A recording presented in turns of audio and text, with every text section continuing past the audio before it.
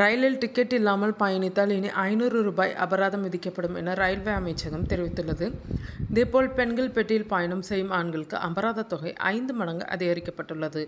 ரயில்களில் டிக்கெட் இல்லாமல் பயணிப்பவர்களுக்கும் ரயில்வே விதிகளை மீறுபவர்களுக்கும் ரயில்வே அமைச்சகம் அதிரடி ஷாக் ஒன்று கொடுத்துள்ளது. அதாவது டிக்கெட் எடுக்காமல் பயணிப்பவர்களின் அபராத தொகையை ரயில்வே துறை 2 மடங்குகளாக்கியுள்ளது.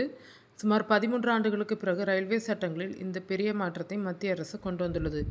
மத்திய அரசின் புதிய ஜன் விஸ்வாஸ் சட்டம் 2026 அமலுக்கு வந்துள்ளதை தொடர்ந்து இந்த புதிய அபராத விதிமுறைகள் வரும் ஜூலை 1 முதல் நாடு முழுவதும் அமலுக்கு வருகின்றன. இதுவரை ரயில்களில் டிக்கெட் இல்லாமல் பிடிபடும் பயணிகளுக்கு குறைந்தபட்ச அபராதமாக ரூ. 250 விதிக்கப்பட்டு வந்தது. பயணித்த தூரத்திற்கான கட்டணத்துடன் சேர்த்து விதிக்கப்பட்டு வந்தது. ஆனால் வரும் ஜூலை 1 முதல் இந்த குறைந்தபட்ச அபராதம் ரூ. 500 உயர்த்தப்பட உள்ளது. அதாவது நீங்கள் பயணிக்கும் தூரத்திற்கான ரயில் கட்டணம் 500 கூடுதல் அபராதம் செலுத்த வேண்டியிருக்கும். இந்த அபராத தொகை 2 மடங்கு ஆகியுள்ளது. டிக்கெட் எடுக்காமல் பயணிப்பவர்களை குறைக்கவும் ரயில்வேயின் வருவாயை பெருக்கவும் இந்த நடவடிக்கை எடுக்கப்பட்டுள்ளதாக ரயில்வே வாரியம் தெரிவித்துள்ளது. புதிய சட்ட திருத்தத்தின்படி டிக்கெட் இல்லாத பயணம் மட்டுமின்றி பல்வேறு விதிமீறல்களுக்கான அபராதங்களும் பல மடங்குகளாக உயர்த்தப்பட்டுள்ளன.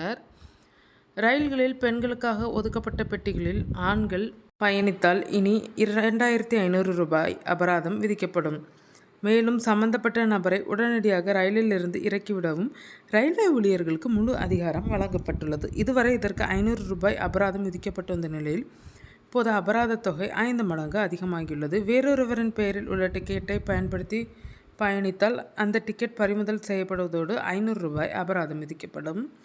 ரயில்கள் மற்றும் ரயில் நிலையங்களில் அனுமதியின்றி வியாபாரம் செய்பவர்கள் மற்றும் பிச்சை எடுப்பவர்களுக்கு ரூ.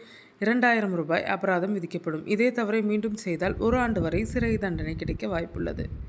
ரயில் நிலையங்களிலோ அல்லது ரயிலின் உள்ளேயோ ஆபாசமாக பேசுவது அல்லது பொதுமக்களுக்கு இடையூறு விளைவித்தல் ரூ.